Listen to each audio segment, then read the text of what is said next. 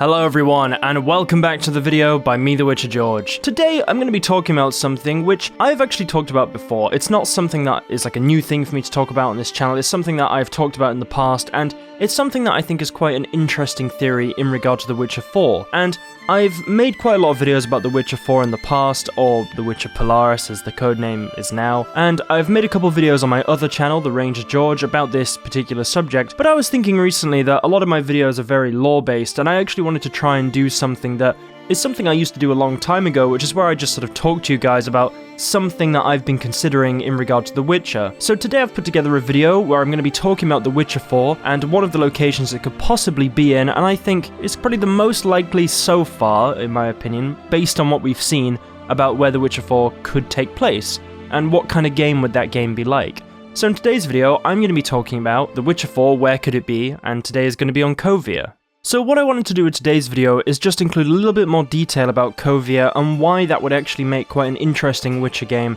and why I think it could possibly take place there anyway. So all we really know about The Witcher 4 so far, or The Witcher Polaris, is the poster that was released. We know a couple more things, but in regard to the story, we just know, okay, it's going to be about the School of the Lynx, which is the new medallion that was confirmed. It's going to be set probably somewhere where there is snow, or there will at least be a location where there is snow. That's about as much as we know about the story so far, and we also know that there is going to be 3 games. We know that they're going to be basically kicking off a new AAA trilogy. So the reason why I think it could be Kovir is quite simple actually, it's because the poster has snow in it. And Kovir is the most northern kingdom on the continent, at least of places we know. Obviously Nilfgaard, you don't exactly picture this place full of snow. I suppose there's Mahakam as well, there's a lot of different mountainous areas, and it could be somewhere like that. But in regard to a kingdom we've never been to, never seen, and seems pretty interesting, The Witcher, Kovir is, I'd say, the most likely so far. But The Witcher 4 could be such a big game, it might take place in Kovir and other areas, or it might be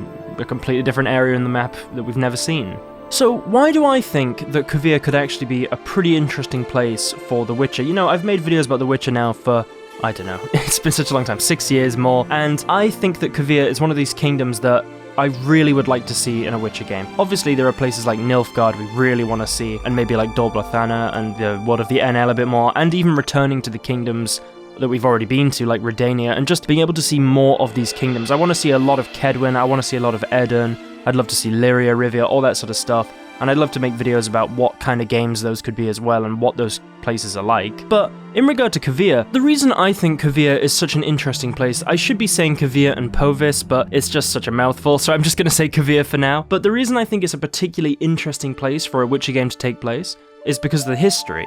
So a lot of you might not know this, but Kovir was originally part of Redania. It was not an independent kingdom, it was controlled by Redania, and it was ruled by Radovid I. It was given to the brother of King Radovid I, Troyden, because he essentially just hated him, wanted him to sort of leave him alone, wanted to get rid of this sort of inheritance issues. His brother was sort of thought of as this sneaky guy who had a lot of connections, and he thought, look, I'm going to give him a lot of land in the north, then he can just go away. And Kovir at that time was considered this completely useless wasteland. There are all these stories about how if you were considered poor, it was like you were from that location in the Witcher world. It's just this area where it's just mountainous, there's nothing there, there's no farming land, there's nothing, it's just this region that cannot be used for anything. And King Radovid I was like, I'm going to put him there, then he will just leave me alone. But what ended up happening was that they discovered that under the rock, like very close to the surface, it wasn't like very deep down, there was loads of these minerals, and loads of gold and dimeritium and that sort of stuff in The Witcher. Then it allowed the region to become incredibly rich, because they could export all of this. Before it became independent, it was essentially a sort of,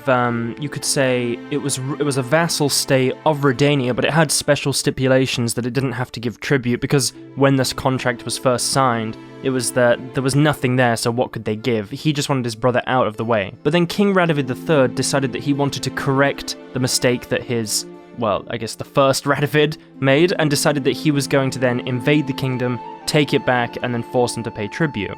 But Redania lost, because essentially Kovir could pay all these mercenaries that had a lot of gold at that point and just completely kick them out. So Radovid III signed a treaty, the first treaty of Lanexeter, Lanexeter being the capital of Kovir and Povis, and then he granted Kovir independence, which then made it not beholden to Redania in any way, and it became a new independent northern kingdom. But a stipulation had to be that it was completely neutral, so it wouldn't side with Nilfgaard, wouldn't side with Kedwin, any of these other kingdoms or empires. So after that point, Kovir continued to develop, they got more and more minerals, it became richer. A lot of the sort of persecuted peoples of the Northern Realms went there because it was a neutral state, so maybe non-humans, mages, that sort of thing. The University of Lanexeter surpassed Oxenfurt Academy and became the central place in the Northern Kingdoms for education, and it essentially became, you could say, the strongest Northern Kingdom. More than Redania, more than Kedwen, more than Temeria. Or at least, the richest. It could export most of the world's dimeritium, most of the world's gold, or at least the gnome world, and yeah, essentially the richest kingdom in the north. It encourages magic, it encourages non-humans, etc., that sort of thing. It's less discriminatory, and I don't want to say it's the best kingdom in the north or something like that, but it is certainly one of the most interesting. And especially after the events of The Witcher 3, where if you decide to let Triss Merigold help the mages and you help her with all of that, they all flee from Novigrad and the surrounding northern kingdoms to there. So it becomes even more sort of imbued with all this magic stuff. And, you know, there's the University of Lanexeter, all that sort of stuff, so it's a very interesting northern kingdom. And another really interesting point, which is something I remember talking about such a long time ago, but you might not know this, but the School of the Griffin is said to actually be, well, a while ago it was based there, but it was destroyed because people essentially got annoyed that they were not sharing their secrets and, you know, just this sort of general thing, killing witches. So as much as I might say, oh, it's a great place for mages, it's a great place for non-humans, that sort of thing, there is obviously issues there, as there is everywhere. And the School of the Griffin was destroyed there, but I don't think it's a particularly systemic issue, it was just a group of these particular angry mages that were annoyed that they wouldn't share their knowledge on magic, because the School of the Griffin was particularly knowledgeable about magic. So that's a sort of very, very, very brief history of Kovir and Povis, and you can imagine it's a pretty interesting place. It was this incredibly poor place, it was completely transformed, there were mages there, magic is very encouraged. Pretty interesting place. We don't see much about it in the games.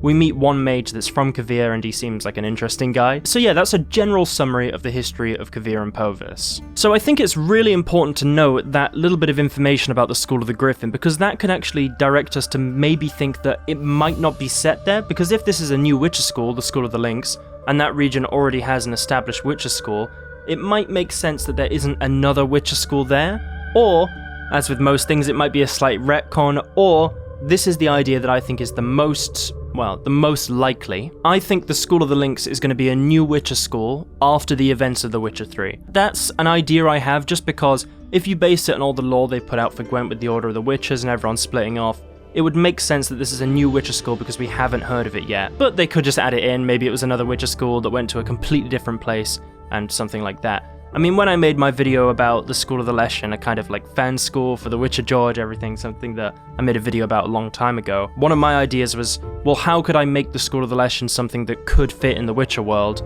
And I thought, well, if they were like a hidden school that you don't really see, and maybe they'll do something similar with the School of the Lynx. It could be one of these Witcher schools that they are like a new school, or they're a very old school and they're just hidden and they don't really go out and do stuff that much. Or they do, but they keep it very secret.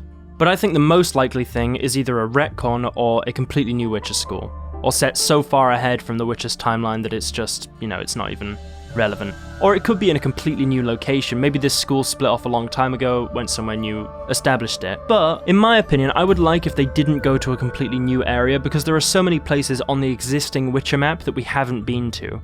And I don't think we need to add new locations when we still haven't seen the old ones. Personally, I would love a game that goes to Kovir, maybe somewhere in Nilfgaard. I mean, Nilfgaard would be an amazing one. Of course we want to see what happened in Nilfgaard, because we hear about it all the time. It's like the Northern Kingdoms versus Nilfgaard, and we've been to Toussaint, but we've never really been to the main, the capital of Nilfgaard, which would be amazing. But I'd love to have a game that just explores all the Northern Kingdoms, to be honest, and especially with how far technology has developed in the 8 years since The Witcher 3 came out, which is crazy how long ago that was.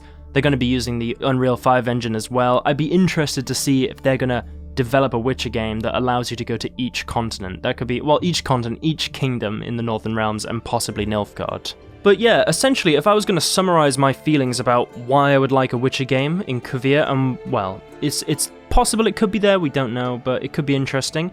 It's just that the kingdom seems so interesting. I love the kind of Northern Realms aesthetic in general. I like having sort of snow, that kind of thing. It's like a kind of Skyrim thing, or definitely The Witcher with Kaer Morhen and everything like that. And I think that it would be so interesting to see a place that's just been more accepting of magic, and is completely separate from the other northern realms and doesn't really take part in a lot of it and is neutral. It'd be interesting to see what kind of conflict the developers could put into there. And I think, yeah, it'd be a pretty interesting thing for us to see as just players of The Witcher, because we hear about it all the time.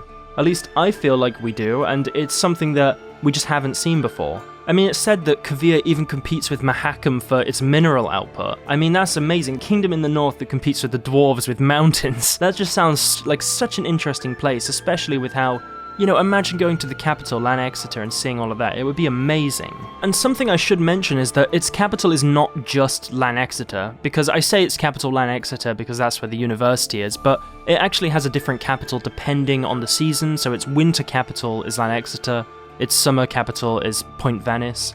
And I think it would just be so interesting to see such a different Northern Kingdom, right? With this different culture, and it would be similar to Redania, but of course quite different. Imagine if there was some way we could sort of allow our Witcher 3 decisions to carry into it, and you can find the mages that were there from when Triss did stuff, or something like that. There's more mages if you made that decision.